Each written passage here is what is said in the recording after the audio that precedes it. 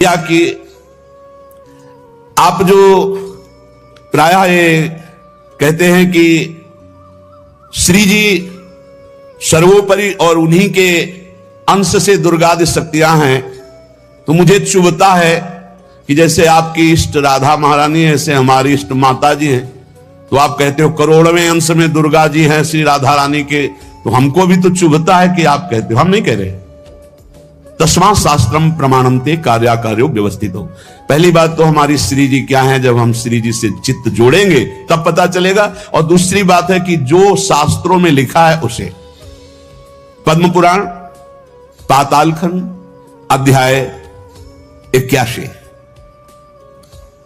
भगवान शिव कह रहे हैं, भगवान शंकर कैलाश में विराजमान है, देवर्षि नारद जी शनकादि बड़े बड़े महापुरुषों की सभा लगी हुई, उस सभा में कह रहे हैं, नारद जी को संबोधन करके भगवान शिव कह रहे हैं, हे नारद जी, ये जो श्री कृष्ण प्रिया राधा है, ये महाचैतन्य शक्ति स्वरूपा जितनी भी देवियां हैं, ये सब इनके अंश से प्रकट हुई है।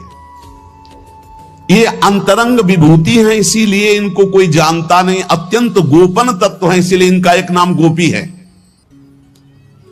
श्री कृष्ण सदैव इनकी आराधना करते, इसलिए नाम इनका राधा है, और ये सदैव श्री कृष्ण की आराधना में रहती, इसलिए इनका एक नाम राधिका है।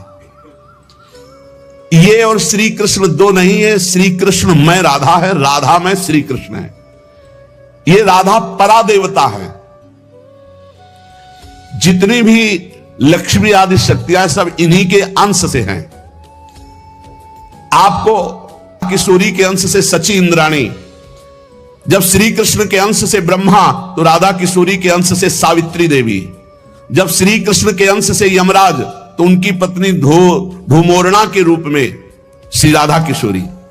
अधिक क्या कहूं, इन दोनों के सिवा किसी की सत्ता ही नहीं। यही सब चिद चिद लक्षणम सर्वम राधा कृष्णमयम जगत, चेतन अचेतन सारा संसार श्री राधा कृष्ण का स्वरूप है। नारद जी, मैं इन विभूतियों का क्या वर्णन करूं, अगर 100 करोड़ वर्ष तक राधा की महिमा वर्णन करूं तो भी नहीं कर सकता। भगवान शिव कुछ ऐसे भावुक जन है कि वो कहते हैं कि आप भगवान शंकर को श्री कृष्ण से छोटा कहते हैं, वो हमारे आराध्य देव, हमको चुभता है।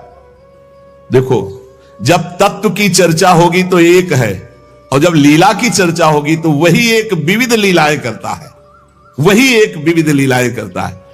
रास में भगवान शंकर आए, अगर थोड़ा भी शास्त्र को पढ़े हो तो पढ़ के देख लेना।